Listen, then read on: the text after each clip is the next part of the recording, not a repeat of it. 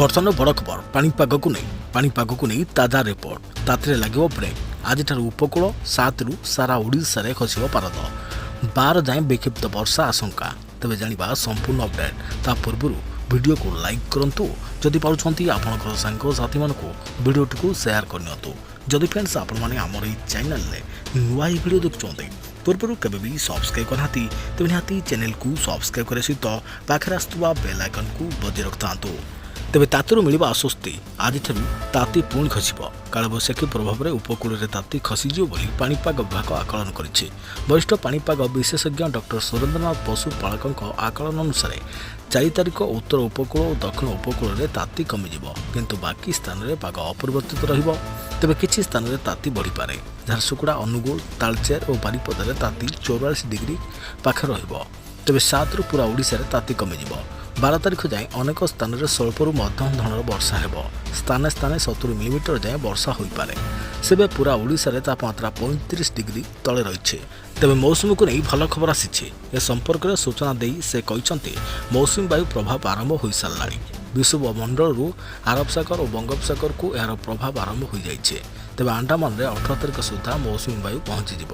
କେରଳରେ 27 ବା 28 ତାରିଖ ବେଳକୁ ମୌସୁମୀ ପହଞ୍ଚିବ ବୋଲି ସେ ଆକଳନ କରିଛନ୍ତି। ତେବେ ପାଣିପାଗ ବିଭାଗର ଆକଳନ ହେଉଛି 4ରେ ଭୁବନେଶ୍ୱର, କଟକ, କେନ୍ଦ୍ରାପଡ଼ା, ଚାନ୍ଦବାଲି, ଜଗତସିଂହପୁର, ପାରାଦୀପ, ପୁରୀ, ଖୋର୍ଦ୍ଧାରେ ତାତି 40 ଡିଗ୍ରୀ ତଳେ ରହିବ।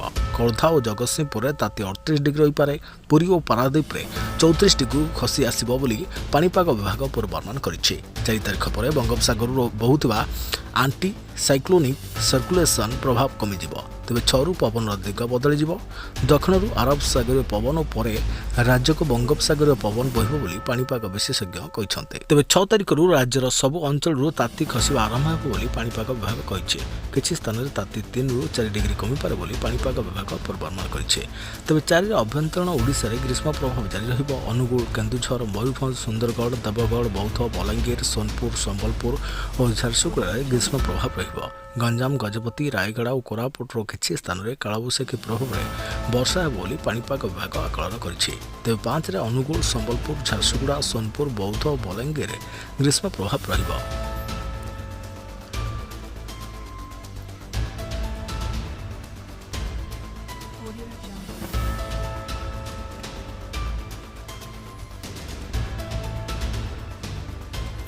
ଅନ୍ୟ ସ୍ଥାନରେ ବିଶେଷ ତତଲା ଅନୁଭୂତ ହେବନି। କେନ୍ଦୁଝର, ମୟୂରଭଞ୍ଜ, ବାଲେଶ୍ୱର, ଗଞ୍ଜାମ, ଗଜପତି, କନ୍ଧମାଳ, ରାୟଗଡ଼ା ଓ କୋରାପୁଟରେ ଘଡ଼ଘଡ଼ି ସହିତ ବର୍ଷା ହୋଇପାରେ। 6ରୁ ଗ୍ରୀଷ୍ମ ପ୍ରଭାବ ଉଭେଇଯିବ। ରାଜ୍ୟର ସବୁ ସ୍ଥାନରୁ ତାତି କମିଯିବ। ଦକ୍ଷିଣ ଉପକୂଳ ଓଡ଼ିଶା ଓ ଉତ୍ତର ଉପକୂଳ ଓଡ଼ିଶାରେ ଘଡ଼ଘଡ଼ି ସହିତ ବର୍ଷା ହୋଇପାରେ। ଉପକୂଳ ଓଡ଼ିଶାର ବିଭିନ୍ନ ସ୍ଥାନରେ ଝଡ଼ ବର୍ଷା ହେବା ସହିତ 40ରୁ 50 କିଲୋମିଟର ବେଗରେ ପବନ ବହିବ ବୋଲି ପାଣିପାଗ ବିଭାଗ ପୂର୍ବାନୁମାନ ଦେଇଛି। ତେବେ ଶୁକ୍ରବାର ବୌଦ୍ଧ ରାଜ୍ୟର ସବୁଠାରୁ ଉତ୍ତପ୍ତ ସହର ପାଲଟିଥିଲା। ଏଠାରେ ଦିନର ତାପମାତ୍ରା 44.6 ଡିଗ୍ରୀ ରେକର୍ଡ ହୋଇଥିବା ବେଳେ ଟିଟିଲାଗଡ଼ରେ 44, ବଲାଙ୍ଗୀରରେ 43.4, ମାଲକାନଗିରି ଓ ପାରଳାଖେମୁଣ୍ଡିରେ 43.3, ଭବାନୀପାଟଣାରେ 43, ବାରିପଦା ଓ ସମ୍ବଲପୁରରେ 42.8 ଡିଗ୍ରୀ। ଅନୁଗୁଳରେ 42.7, ହୀରାକୁଦରେ 42.3 ଡିଗ୍ରୀ ରେକର୍ଡ ହୋଇଛି। 26 ସହର 42 ଡିଗ୍ରୀ ଉପରେ ରହିଛି। ସେହିଭଳି 7 ସହର 43 ଡିଗ୍ରୀ ଉପରେ ରହିଥିଲା।